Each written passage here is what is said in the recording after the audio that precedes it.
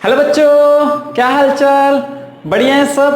तो जल्दी से पेन और कॉपी निकाल लो क्योंकि आज हम chapter number 5 complex numbers and quadratic equation पढ़ने वाले हैं। तो चलिए शुरू करते हैं।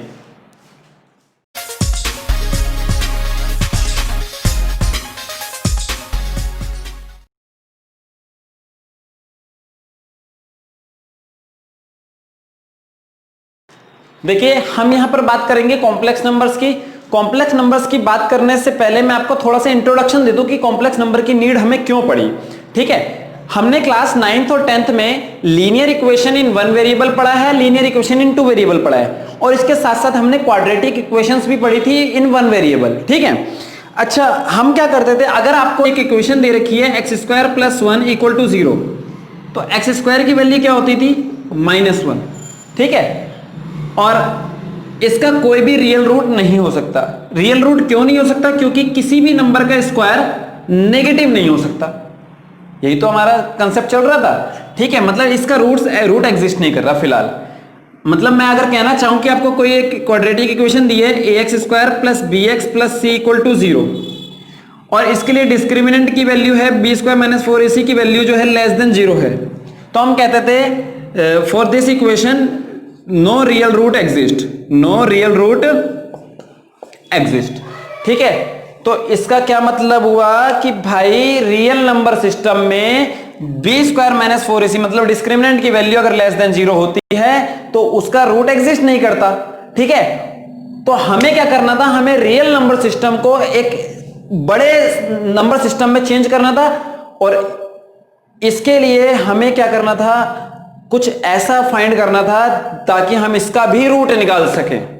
ठीक है, तो कॉम्प्लेक्स नंबर का कंसेप्ट लाने का मेन ऑब्जेक्टिव हमारा यही था कि भाई अगर आपको कोई क्वाड्रेटिक इक्वेशन दी है और उसका डिस्क्रिमिनेंट <0 है तो उसका रूट एग्जिस्ट करे। मतलब रियल रूट नहीं है तो क्या हुआ, इमेजिनरी तो हो सकता है ना। तो उसके लिए हमने क्या लेके आए, हम कॉम्प्लेक्स नंबर्स लेके आए। ठीक है, चलिए अब बात करते हैं हम कॉम्प्लेक्स नंबर्स की। किसकी बात करते हैं? Complex number. कॉम्प्लेक्स नंबर क्या होता है, तो ध्यान से पहले सुनिएगा। A number consisting of real number and imaginary number is called complex number. एक ऐसा नंबर जिसमें रियल नंबर भी होता है और इमेजिनरी नंबर भी होता है, दोनों एक साथ आते हैं, वो होता है कॉम्प्लेक्स नंबर।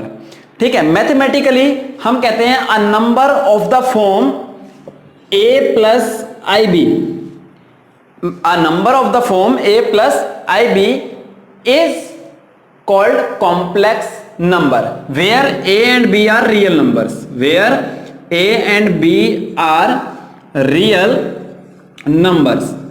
अगर मैं आपको एग्जांपल दूं कॉम्प्लेक्स नंबर का, तो हम कह सकते हैं एग्जांपल के तौर पर 5 + 6i a + ib। ठीक है, अच्छा, हम कह सकते हैं 3 - i√3 a - ib। मतलब यहां पर अगर मैं ऐसे भी लिख सकता हूं इसको a + -√3i, ये भी तो लिख सकता हूं a + ib, है ना। तो ये भी क्या हुआ, एक कॉम्प्लेक्स नंबर हो गया, एटसेट्रा। मतलब जो भी नंबर a + ib की फॉर्म में होगा उसको हम कहेंगे कॉम्प्लेक्स नंबर। अब प्रॉब्लम ये आई क्या है, ये आई है क्या? ठीक है, तो देखिए ये आई जो होता है, इस आई की वैल्यू होती है √-1। इस आई की वैल्यू क्या होती है? √-1 होती है, और इसको जो बोलते हैं, इसको बोलते हैं आयोटा। क्या बोलते हैं? Iota. I is named as iota and its value is equals to √-1। I का जो सबसे पहला इंट्रोडक्शन दिया था, वो इंट्रोडक्शन दिया था यूलर ने। एक मैथमेटिशियन था यूलर, इसने क्या किया था, इस आयोटा का इंट्रोडक्शन दिया था, अपनी एक प्रॉपर्टी बताई थी उसने, i² + 1 = 0 होता है। ठीक है, तो अगर हम i² की वैल्यू निकालें तो ये -1 आती है, तो इसी तरीके से i की वैल्यू क्या आ जाएगी, √-1। ठीक है, और उसने इसको उस टाइम बोला था इमेजिनरी यूनिट। इसको क्या बोला था? Imaginary unit. ठीक है, तो ये आई क्या होता है? ये आई होता है आयोटा, इसको हम इमेजिनरी यूनिट भी बोलते हैं, और इसकी वैल्यू होती है √-1। ठीक है, अच्छा, एक चीज और बता देता हूं, किसी भी कॉम्प्लेक्स नंबर को हम डिनोट करते हैं जेड से। A complex number is denoted by Z and it is equals to A plus I B. मतलब कोई भी कॉम्प्लेक्स नंबर जो होगा वो क्या होगा, जेड से डिनोट होगा, और इसकी फॉर्म कैसी होती है, ए प्लस आई बी की फॉर्म होती है। ठीक है, इतनी बात आपको क्लियर हो गई होगी। अब बात करते हैं हम real and imaginary part of a complex number.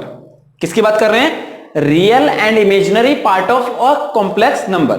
देखो, अगर z equals to A plus I B, कोई एक आपको दे रखा है complex number, then a is called its real part and denoted as REZ। REZ का मतलब क्या हुआ, real part of Z, real part of Z। ठीक है, मतलब अगर रियल पार्ट ऑफ Z लिखना हो तो वो क्या होगा, A। और जो B है, मतलब जो I के साथ वाला है, B is called imaginary part of Z। B is called, यहां लिख रहा हूं, B is called imaginary part of Z and denoted by IMZ। IMZ का मतलब इमेजिनरी पार्ट ऑफ Z। ठीक है, मतलब अगर आपको ये 5 + 6i एक कॉम्प्लेक्स नंबर दे रखा है, तो इसका रियल पार्ट अगर इसको z से डिनोट करते हैं तो रियल z क्या हो जाएगा 5 और इमेजिनरी z क्या हो जाएगा, वो हो जाएगा 6। ठीक है, मतलब जो रियल वाला पार्ट है उसको तो हम क्या देंगे भाई, रियल पार्ट ऑफ z, और i वाला जो पार्ट है उसको कहेंगे imaginary part of z, because i is for imaginary unit. ठीक है, और i की वैल्यू क्या होती है, √-1, और इसको बोलते क्या है, आयोटा। अच्छा, अब एक चीज और सुनिएगा कि complex number z can be represented in order pair. Complex number z जो है उसको ऑर्डर पेयर में भी लिख सकते हैं, that is z can be represented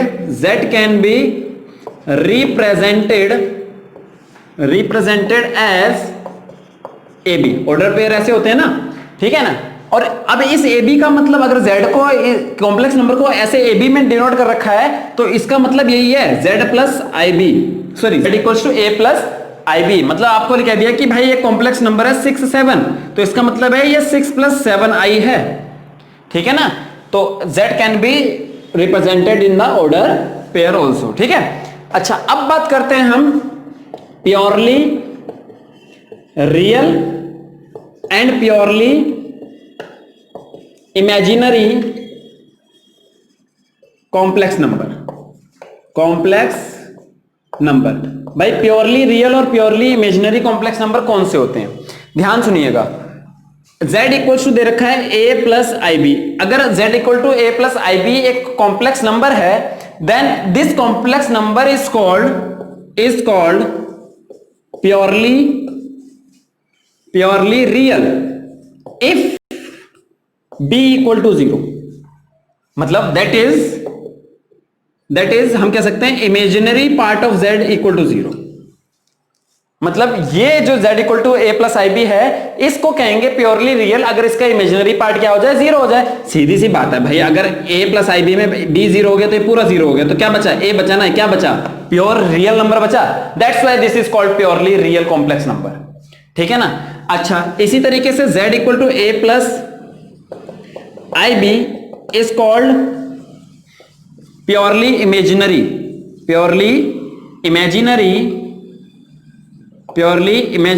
if a equal to 0। मतलब हम मैथमेटिकली कह सकते हैं that is real part of z equal to 0।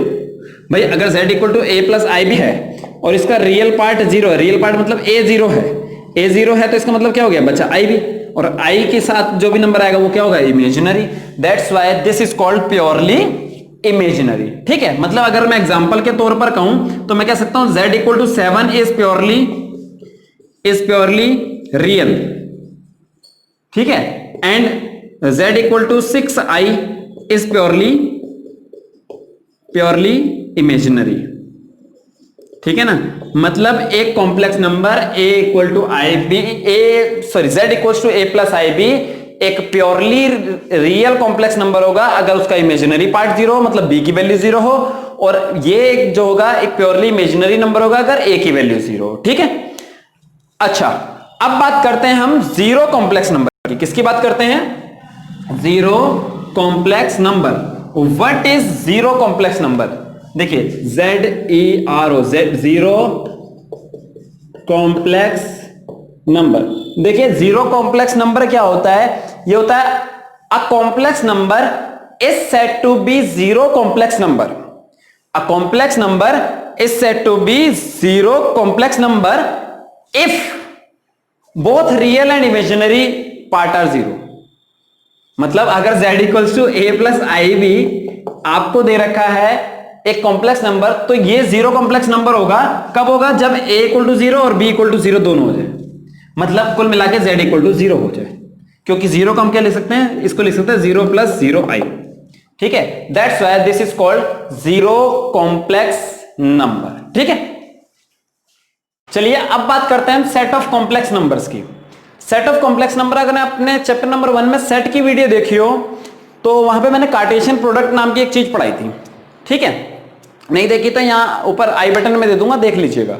देखिए हम सेट ऑफ रियल नंबर क्या होता है पहले ये समझते हैं। देखिए the product of R by R consisting the ordered pairs of real numbers. मतलब r एक रियल नंबर का सेट है और दूसरा r भी एक रियल नंबर का सेट है, इनका कार्टेशियन अगर हम प्रोडक्ट करें तो ऑर्डर्ड पेयर्स का एक सेट आएगा। ठीक है, उस सेट को कहते हैं हम सेट ऑफ रियल नंबर्स। हम क्या कहते हैं? Set of real numbers. ठीक है, अच्छा सेट ऑफ कॉम्प्लेक्स नंबर क्या होता है? देखो सेट ऑफ कॉम्प्लेक्स नंबर को हम डिनोट करते हैं c से।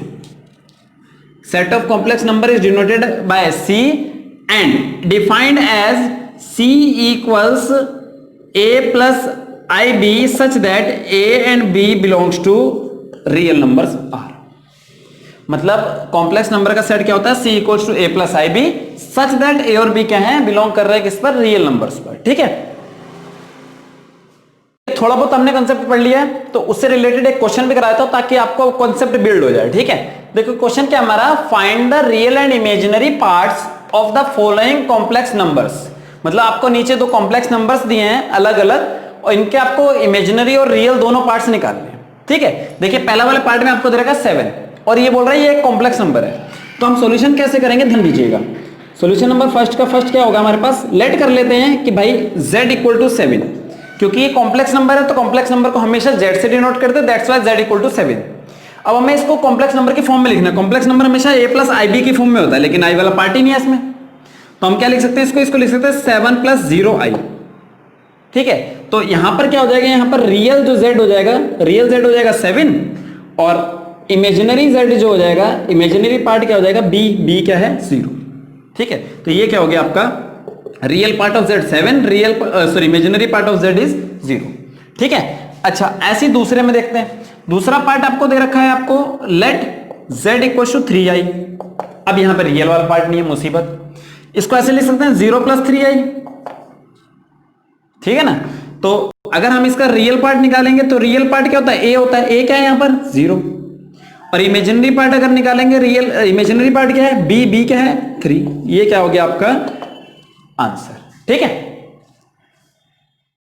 Now we will talk about equality of complex numbers. हम किसकी बात करेंगे? Equality of complex numbers. Equality of complex numbers क्या होगा? देखो अगर आपको 2 कॉम्प्लेक्स नंबर्स दिए हैं, 2 कॉम्प्लेक्स नंबर्स, एक को Z1 से डिनोट करते थे, Z1 equal to A plus I B, and एक को Z2 से डिनोट करते हैं, Z2 equal to C plus I D, are equal if A equal to C and B equal to D। मतलब दो complex number Z1 equal to A plus I B और Z2 equal to C plus I D equal होंगे अगर real वाला part real वाले part की equal हो जाए, मतलब A इक्वल टू C हो जाए, और इमेजिनरी वाला पार्ट इमेजिनरी पार्ट की इक्वल हो जाए, यानी कि B इक्वल टू D हो जाए। ठीक है, एक एग्जांपल लेते हैं, क्वेश्चन है आपका, क्वेश्चन लेता हूं मैं। देखो अगर वो कह रहा है कि if 4x plus I into 3x minus Y equal है किसके, इक्वल है ये 3 प्लस आई इंटू माइनस 6 के, ठीक है, where x and y are real numbers then find the value of x and y। मतलब आपको x और y निकालना है। मतलब आपको दे रखा है क्वेश्चन में कि if 4x plus I into 3x minus Y equal to 3 plus I into minus 6, तो आपको x और y की वैल्यू निकालनी है। तो सीधी सी बात है, देखो इसमें i वाला पार्ट नहीं है तो ये हुआ रियल पार्ट, तो real part is equal to real part, क्योंकि बीच में इक्वल का साइन है तो ये दोनों इक्वल है। इसका मतलब on comparing we can say that 4x equals to 3, so x will be 3/4। अच्छा, इसी तरीके से जो i वाला पार्ट है वो i वाले पार्ट के इक्वल होगा, तो i लिखने की जरूरत नहीं, हम सीधे इसके कोफिशिएंट को कंपेयर कर देंगे तो आ जाएगा 3x minus Y equal to minus 6। x की वैल्यू आपके पास है, x की वैल्यू आपके पास कितनी है 3/4 अभी निकाली, minus Y equal to minus 6, 3 3 होता है 9/4, ये माइनस का वाई इधर जाएगा प्लस का वाई हो जाएगा, तो माइनस 6 प्लस वाई हो गया, ये माइनस का 6 इधर जाके प्लस का 6 हो जाएगा, तो ये जाएगा 9/4 प्लस 6 इक्वल टू वाई, जिसके डिनोमिनेटर में कुछ नहीं होता 1 होता है। एलसीएम ले लो, एलसीएम आ जाएगा 4 से 4 को डिवाइड करेंगे 1 9 जा 9 प्लस 1 से 4 को डिवाइड करेंगे 4 6 जा 24 इक्वल टू क्या चल रहा है भाई 24 और 9 कितना होता है भाई 33/4। ये आ गया आपके पास y, आपके पास x की वैल्यू भी आ गई 3/4 और y की वैल्यू भी आ गई 33/4। Let me check, x equal to 3/4 and y equal to 33/4। तो ये क्या हो गया आपका इक्वालिटी ऑफ कॉम्प्लेक्स नंबर, मतलब दो complex number z1 equal to a plus ib और z2 equal to c plus id complex होंगे अगर a क्या इक्वल हो c के और b किसके इक्वल हो d के। मतलब real part of a complex number is equal to real part of another complex number and imaginary part of one complex number is equals to imaginary part of another complex number, then these complex number will be equal। ठीक है, चलिए इससे related एक question और कर लेते हैं ताकि आपका कंसेप्ट पूरी तरीके से बिल्ड हो जाए। ठीक है, क्वेश्चन कह रहा है वो find the real values a and b if first part है 3a minus 6 plus 2ib equals to minus 6b plus 6 plus a into i. Second part अभी बोलेंगे, बाद में देखेंगे उसको, पहले फर्स्ट पार्ट सॉल्व कर लेते हैं। देखिए सॉल्यूशन नंबर 2 पार्ट नंबर 1, ठीक है, वो बोल रहा है भाई 3a minus 6 plus 2ib equal है किसके minus 6b plus 6 plus a into i के। अब ये इक्वल बता रहे हैं तो भाई सीधी सी बात है, रियल वाला पार्ट रियल वाले पार्ट के इक्वल और इमेजिनरी वाला पार्ट इमेजिनरी वाले पार्ट के इक्वल।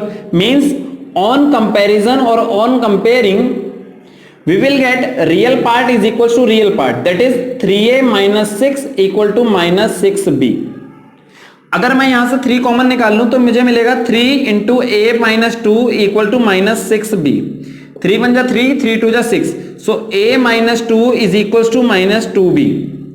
ठीक है, ये माइनस का 2 इधर जाके प्लस का 2 हो जाएगा, तो ये हो जाएगा minus 2b plus 2, so a will be 2 minus 2b। Equation number आ गई मेरे पास 1। ठीक है, अब इमेजिनरी वाला पार्ट इमेजिनरी वाले पार्ट के इक्वल होगा, मतलब आई तो कैंसिल हो जाएंगे, तो क्या बचेगा 2b equal to 6 plus a। यही तो होगा ना भाई। अगर मैं कहूं कि इमेजिनरी वाला पूरा पार्ट इमेजिनरी वाले पूरे पार्ट के इक्वल है तो आई से तो आई कैंसिल हो जाएगा, तो बचेगा 2b equal to 6 plus a। अब मैं क्या करूंगा, a की वैल्यू इक्वेशन 1 से यहां पे रख दूंगा, तो क्या करेंगे फ्रॉम इक्वेशन नंबर 1, तो ये आ जाएगा 2b equal to 6 plus a की वैल्यू क्या है, ये है 2 माइनस 2b। ठीक है, ये माइनस का 2b इधर जाके प्लस का 2b हो जाएगा, तो 2b प्लस 2b मतलब 2b, 6 प्लस 2 क्या आ गया 8, 2b कितने हो गए 8, 4b इक्वल टू 8, 4 1 जा 4, 4 2 जा 8, यानी कि b की वैल्यू आ गई आपके पास 2। अब निकालनी है a की वैल्यू, इक्वेशन 1 में या इक्वेशन 2 में किसी एक में रख दो, 2 तो है ही नहीं हमारे पास, इक्वेशन 1 में रख दो b की वैल्यू। तो हम क्या करेंगे फ्रॉम इक्वेशन नंबर 1, a की वैल्यू क्या आ जाएगी 2 माइनस 2, b की वैल्यू कितनी है 2, यानी 2 2 जाओ गया 4 सीधे सीधे, तो a की वैल्यू क्या आ गई 4 में से 2 गया 2, साइन आ गया ग्रेटर डिजिट का, a की वैल्यू आ गई माइनस 2, b की वैल्यू आ गई 2। Let me check the answer please. तो ये आ जाएगा आपके पास a की वैल्यू आ रही है माइनस 2 और b की वैल्यू आ रही है 2, तो हमारे आंसर क्या है, बिल्कुल करेक्ट है। अब देखिए सेकंड पार्ट में दे रखा है 2a plus 2b plus i into b minus a equal to -4i। इसको आप खुद सॉल्व करके देखिएगा। खुद कैसे सॉल्व करेंगे, रियल वाला पार्ट रियल वाले पार्ट के इक्वल होगा, इसमें रियल पार्ट ही नहीं है, मुसीबत, जीरो ले लेना।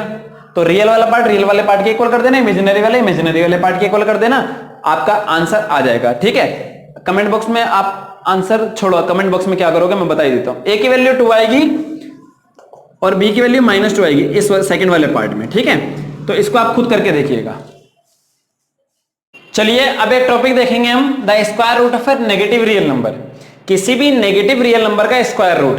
पहले हम क्या करते थे, अगर आप कहते थे कि भाई स्क्वायर रूट -3 का क्या होगा, तो आप कहते थे ये इमेजिनरी नंबर है, इसका स्क्वायर रूट निकाल ही नहीं सकता, है ना। लेकिन अब हम इसका स्क्वायर रूट भी निकाल के दिखाते हैं। देखिए आपको पता है कि भाई आई स्क्वायर की वैल्यू क्या होती है, -1 होती है, हमने भी बताया आपको।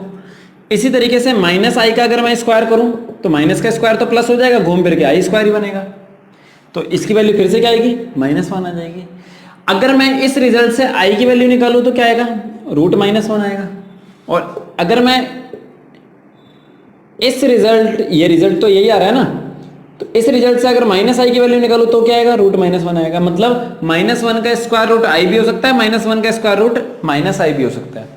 यानी कि हम सीधा कह सकते हैं square root of -1 are i and -i, यही तो होगा। ठीक है, तो अब हमें क्या हो गया, ये माइनस किसी भी रियल नंबर के नेगेटिव का भी स्क्वायर रूट निकालना पता चल गया। ठीक है, अच्छा इससे एक चीज होगी, अभी मैंने इंट्रोडक्शन में आपको बताया था कि भाई x² + 1 = 0 है, तो x² = क्या आ गया, -1 हो गया। और किसी भी नंबर का स्क्वायर नेगेटिव नहीं हो सकता, ये बताया था जब इंट्रोडक्शन दे रहे थे। तो मैंने कहा था कि हम रियल नंबर के सिस्टम को थोड़ा सा एक्सटेंड करेंगे, कॉम्प्लेक्स नंबर इंट्रोड्यूस कराएंगे। तो अब मैं यहां से x की वैल्यू अगर निकालूं तो √-1 आती है।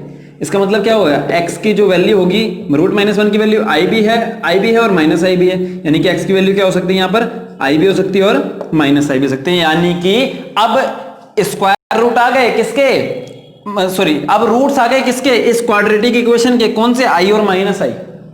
अगर आप इसका वो चेक करो, ax² + bx + c इक्वेशन बना के b² - 4ac बेनिक डिस्क्रिमिनेंट चेक करो, b इसमें है ही नहीं क्योंकि x वाला टर्म नहीं है, तो ये 0 का स्क्वायर -4 इंटू a है इस पे 1 और इंटू c भी है 1, यानी कि -4 ये <0 है। और जब <0 होता तो हम कहते हैं रूट एग्जिस्ट नहीं करते, देखो अब रूट निकाल लिए हमने।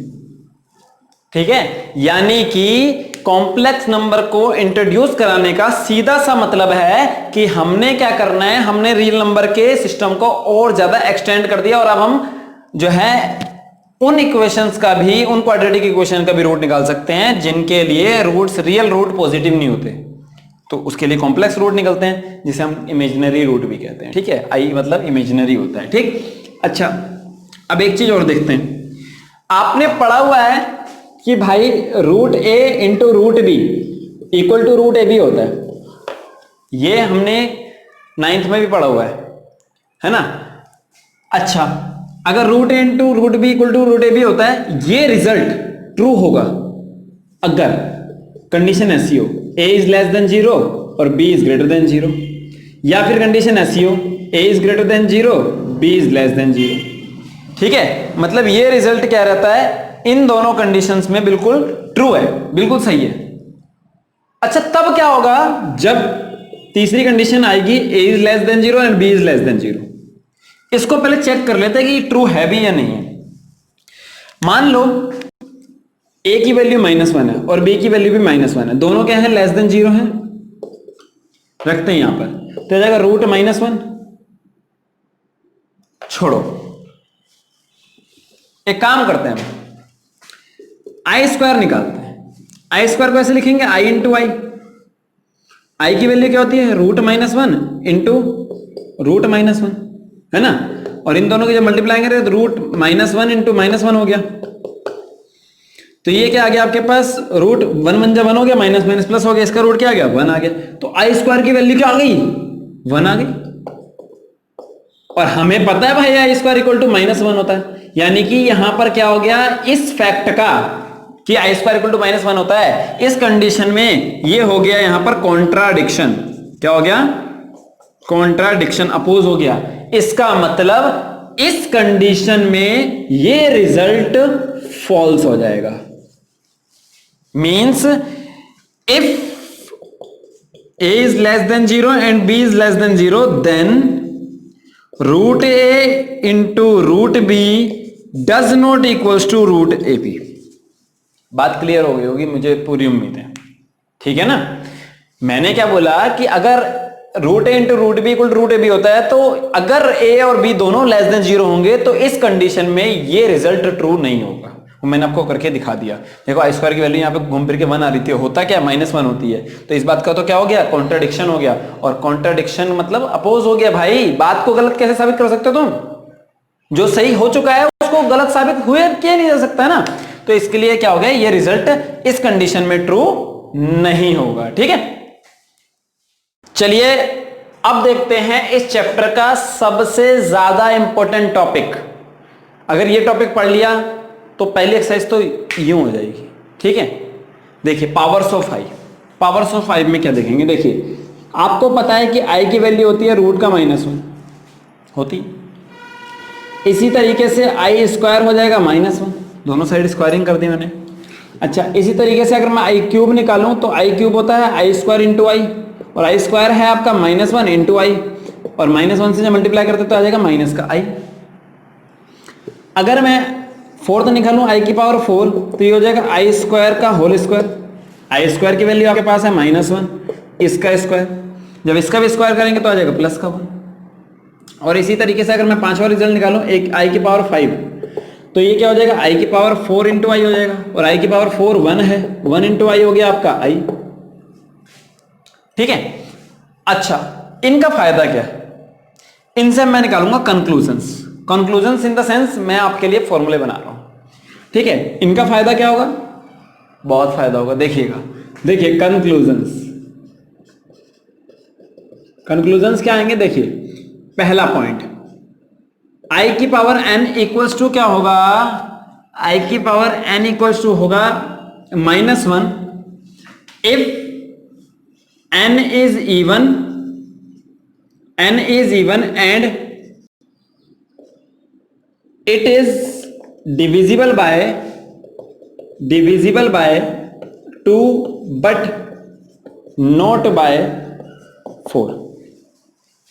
क्या लिखा मैंने लिखा आई की पावर n इक्वल्स टू -1 होगा अगर n की वैल्यू क्या है, सॉरी n क्या है, इवन है, और साथ में जो है n जो है वो 2 से डिविजिबल भी है लेकिन 4 से डिविजिबल नहीं है। देखो आई स्क्वायर है तो पावर इवन है, और 2 से कैंसिल होता है, डिविजिबल होता है, लेकिन 4 से नहीं होता, इसकी वैल्यू क्या आ गई, -1 हो गई। चलो एक और लेके देखते हैं। आई की पावर 6 है, ये इवन है, 6 2 से डिविजिबल है, 4 से नहीं है। सॉल्व करके देखते हैं। आई की पावर 4 इंटू आई स्क्वायर लिख सकते हैं। आई की पावर 4 की वैल्यू है 1 और आई स्क्वायर की वैल्यू है -1, तो ये आ गया क्या है, -1। हर बार जब भी पावर इवन होगी और 2 से डिविजिबल होगी लेकिन 4 से नहीं होगी तो वैल्यू क्या आएगी, -1 आएगी। That's why the common formula is I raised to power n equal to -1 if n is even and it is divisible by 2 but not by 4। दूसरा I की पावर n equals to हो जाएगा आपका minus का i if n is odd and its preceding number is divisible by 2 but not by 4। मतलब i की power अगर n दे रखा है तो इसकी वैल्यू -1 होगी, सॉरी -i होगी कब, जब n ओड है और इसका प्रीसीडिंग मतलब उससे जस्ट पहले वाला नंबर डिविजिबल है 2 से लेकिन 4 से डिविजिबल नहीं है। देखो एग्जांपल के तौर पर i क्यूब है, क्यूब का मतलब 3 जो है ओड है और इससे जस्ट पहले वाला नंबर 2 है, 2 से डिविजिबल है लेकिन 4 से डिविजिबल नहीं है, तो आंसर क्या आ रहा है, -i आ रहा है। एक और लेके देखते हैं। देखो आई की पावर 9 लेते हैं, 9 भी नहीं लेते, 7 लेते हैं। 7 है ओड, इससे जस्ट पहले आता है 6, वो 6 से 2 से डिविजिबल है लेकिन 4 से नहीं है, तो इसकी वैल्यू आनी चाहिए -i। चलो चेक करते हैं। ये आ जाएगा आई की पावर 6 इंटू आई आ जाएगा, और आई की पावर 6 की वैल्यू हम ऑलरेडी निकाल चुके हैं, -1 इंटू आई। -1 की आई से मल्टीप्लाई होगी तो क्या आ जाएगा, -i, तो ये आ गया -i। ठीक है।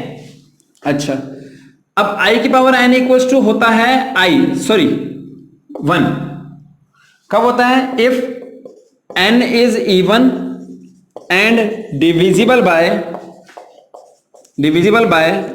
4। आई की पावर n इक्वल टू 1 होता है अगर n क्या हो, इवन हो और 4 से क्या हो, डिविजिबल हो। देखो आई की पावर 4 है, 4 इवन भी है और 4 से डिविजिबल भी है, तो आंसर क्या आ रहा है, 1 आ रहा है। 8 लेके देख लेते हैं, तो आई की पावर 8 क्या हो जाएगा, आई स्क्वायर की पावर 4। तो आई स्क्वायर क्या होता है, -1 की पावर 4, यानी क्या 1। और देखो ये इवन भी है और 4 से डिविजिबल भी है, तो जब n इवन हो और 4 से डिविजिबल हो then its value will be 1। अब आता है फोर्थ फॉर्मूला हमारा, क्या, आई की पावर n इक्वल्स टू होता है i, positive i, if n is odd and its succeeding number, its preceding number is divisible by 4।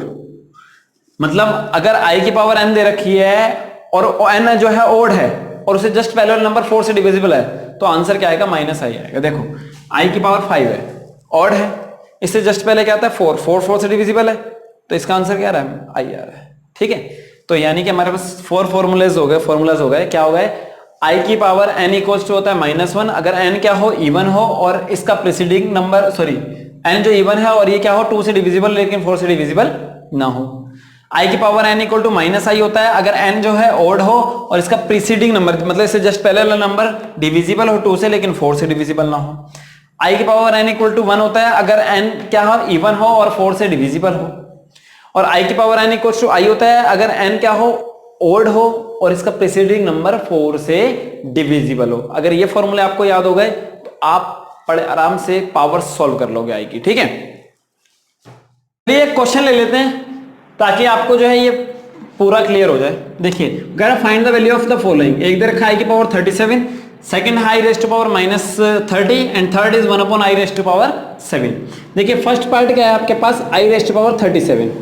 अब आपको पता है, क्या पता है कि भाई n क्या है, ऑड है, n यहाँ पे 37 है ना, ऑड है, और इससे जस्ट पहले क्या आता है 36 4 से डिविजिबल है। अगर n ऑड हो और इसका प्रीसीडिंग नंबर 4 से डिविजिबल हो, मैंने अभी आपको बताया था क्या आएगा। चलो सॉल्व भी कर लेते हैं। देखो इसको लिख सकते हैं i की पावर 36 इंटू आई, इसको लिख सकते हैं आई स्क्वायर की पावर 18 इंटू आई स्क्वायर क्या होता है, -1 की पावर 18 और -1 की पावर इवन होती है, तो आंसर क्या था 1 इंटू आई। क्या आ गया आपके पास, आई आ गया, तो इसका ये आ गया आंसर। तो आप डायरेक्ट भी ले सकते हो, ठीक है, कंपटीशन में भी काम आता है। अच्छा देखिए सेकंड, आई की पावर है -30, तो ये आ जाएगा 1 अपॉन आई की पावर 30। तो ये देखो अब ये इवन है और 30 जो है 2 से डिविजिबल है, 4 से डिविजिबल नहीं है, तो आंसर क्या आएगा, -1 आएगा। बताया था ना, फिर भी सॉल्व कर लेते हैं। चलो ये हो जाएगा आई स्क्वायर की पावर 15 हो जाएगा, 15 2 30 होता है, तो 1 अपॉन -1 की पावर 15, तो 1 अपॉन -1 की पावर 15, ऑड है पावर ऑड है तो -1, यानी कि ऊपर आ जाएगा तो आ जाएगा -1। देख लो वही आ गया घूम फिर के, ठीक है। तो आप स्टैंडर्ड रिजल्ट याद करो, जो मैंने कंक्लूजन बताया, अगर आपके दिमाग में वो फॉर्मूले हुए तो आपको ये सॉल्व करने की नीड नहीं है, you can write the answer directly, ठीक है ना। So let me complete part number 3, that is 1 upon i raised to power 7। तो ये आ जाएगा आपके पास 1 अपॉन आई की पावर 6 इंटू आई, और आई की पावर 6 को हम लिख सकते हैं, ये है इवन और 2 से डिविजिबल है, 4 से नहीं है, तो ये आ गया -1 इंटू आई, तो यानी क्या आ जाएगा -1 अपॉन आई। ये आंसर नहीं है अब इसका, आई कभी डिनोमिनेटर में नहीं आना चाहिए, उसके लिए इसको करना पड़ेगा रेशनलाइज। तो रेशनलाइज करेंगे तो आई से मल्टीप्लाई, आई से डिवाइड, तो ऊपर आ गया आपके पास आई, अपॉन में आ गया -i का स्क्वायर। देखो आई तो चल ही रहा है, माइनस ये वाला और -i का स्क्वायर यानी कि -1, यानी कि आ गया आपके पास आई। तो ये भी आंसर आया आपका आई, ठीक है। चलिए इससे रिलेटेड कुछ क्वेश्चन सॉल्व कर लेते हैं ताकि हमारा कंसेप्ट अच्छे से बिल्ड हो जाए, ठीक है। क्वेश्चन है express the following in the form of a plus I b where a b belongs to real numbers, ठीक है। पहला पार्ट है आपका, सॉल्यूशन कर रहा हूं मैं, पहला पार्ट है आपका आई की पावर 103, इसको सॉल्व करना है और a प्लस आई बी के फॉर्म में लाना है, ठीक है, इस फॉर्म में लाना है। ध्यान दीजिएगा मेरी बात पे, क्या बोलना चाह रहा हूं मैं। देखो इसको लिख सकते हैं आई की पावर 102 इंटू आई, तो 102 को लिख सकते हैं आई स्क्वायर की पावर 51 इंटू आई, आई स्क्वायर होता है -1 की पावर 51 और इंटू आई, -1 की पावर ओड है तो आएगा -1 इंटू आई, -1 की आई से मल्टीप्लाई होगी तो आ जाएगा माइनस का आई, ठीक है। और इसको a प्लस आई बी के फॉर्म में लिखेंगे तो जीरो नहीं है, तो 0 माइनस आई, ये क्या आ गया आपका आंसर, ठीक है। अच्छा, इसको डायरेक्ट भी कर सकते थे, डायरेक्ट भी बता देता हूं। देखो 1 आई की पावर 103 है और मैंने कहा था इफ आई की पावर n इक्वल टू होता है माइनस का आई इफ n क्या हो, n is odd and its preceding number is divisible by 2 but not by 4, तो इसकी वैल्यू माइनस आएगी। देखो ये ऑड है, इससे जस्ट पहले वाला 102 2 से डिविजिबल है, 4 से डिविजिबल नहीं है, तो हम डायरेक्ट लिख सकते हैं माइनस का आई, ठीक है। लेकिन उसके लिए आपको ये पूरे स्टेटमेंट लिखना पड़ेगा, तो आपकी मर्जी, आप चाहो तो ऐसे कर लो, आप चाहो तो ऐसे कर लो, ठीक है। इसका स्क्रीनशॉट ले लीजिएगा। अब देखिए, अब है सेकंड वाला पार्ट, सेकंड पार्ट ध्यान से देखिएगा जरा। यह -√-1 की पावर 4x प्लस 3 सॉल्व करते हैं। देखो माइनस तो आई है, ये हो गया आई, इसकी पावर 4x प्लस 3, पावर को सेपरेट कर सकते हैं हम, तो हो जाएगा माइनस आई की पावर 4x इंटू आई की पावर माइनस आई की पावर 3, अंदर माइनस आई की पावर चल रही है ना। अब देखो ये है 4 का मल्टीपल, इवन भी है और 4 का मल्टीपल भी है, तो इसकी डायरेक्ट वैल्यू 1 आएगी, फॉर्मूला था ना डायरेक्ट। चलो सॉल्व भी कर देते, छोड़ो। माइनस आई की पावर 4 इसकी होल पावर x लिख सकते हैं, साथ में माइनस आई का क्यूब, तो ये चल ही रहा है। देखो पावर की पावर मल्टीप्लाई होती है, तो मल्टीप्लाई में थी, मैंने पावर की पावर लिख दी। अब आई की पावर माइनस आई की पावर 4 है, तो आई की पावर 4 लिख सकता हूँ उसको मैं, क्योंकि माइनस का पावर इवन होती है तो माइनस हट जाता है। साथ में क्या चल रहा है, माइनस आई का क्यूब, ये इंटू में है, ठीक है। अच्छा देखो ये आई की पावर 4 की वैल्यू 1 होती है, 1 की पावर x, इसको लिख सकते हैं माइनस आई का स्क्वायर इंटू आई। भाई माइनस तो आगे चल रहा है ना, ये आई क्यूब है तो आई क्यूब को तोड़ा मैंने खाली, ठीक है। तो 1 की पावर जितनी मर्जी हो 1 ही आता है, ये माइनस आगे आ गया, आई स्क्वायर की वैल्यू -1 होती है, ये वाला माइनस आगे आ गया और आई स्क्वायर की वैल्यू -1 इंटू आई चल रहा है, माइनस माइनस हो गया प्लस, ये आ गया आई, तो हम इसको क्या ले सकते हैं, ये आई आया तो a प्लस आई बी की फॉर्म में 0 प्लस आई। भाई ये रियल पार्ट नहीं था ना, इमेजिनरी पार्ट था खाली हमारे पास, तो ये क्या आ गया आपके पास 0 प्लस आई। अब देखते हैं थर्ड वाला पार्ट, मैं फर्स्ट वाले पार्ट को रिमूव कर रहा हूं। देखिए ध्यान दीजिएगा, थर्ड वाला पार्ट है हमारे पास i raised power 29 plus 1/i²29। इसको डायरेक्ट सॉल्व करते हैं। पावर ओड है और इससे जस्ट पहले वाला 4 से डिविजिबल है, पावर ओड है और से जस्ट पहले वाला 4 से डिविजिबल है, तो आंसर आएगा आई, प्लस इसी का भी आंसर आएगा आई। तो क्या लिखोगे, सिंस आई की पावर n इक्वल टू होता है आई if n is odd and its preceding number is divisible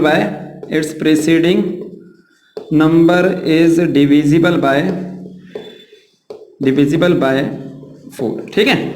अब देखो ये है आई प्लस 1/i था, मैंने कहा था अपॉन में आई नहीं चाहिए, तो इसका रेशनलाइज कर दो, i/i हो गया, तो ये क्या आएगा, ये घूम फिर के आएगा, यहां लिख रहा हूं आई तो चल ही रहा है, प्लस i/i² हो गया, ठीक है।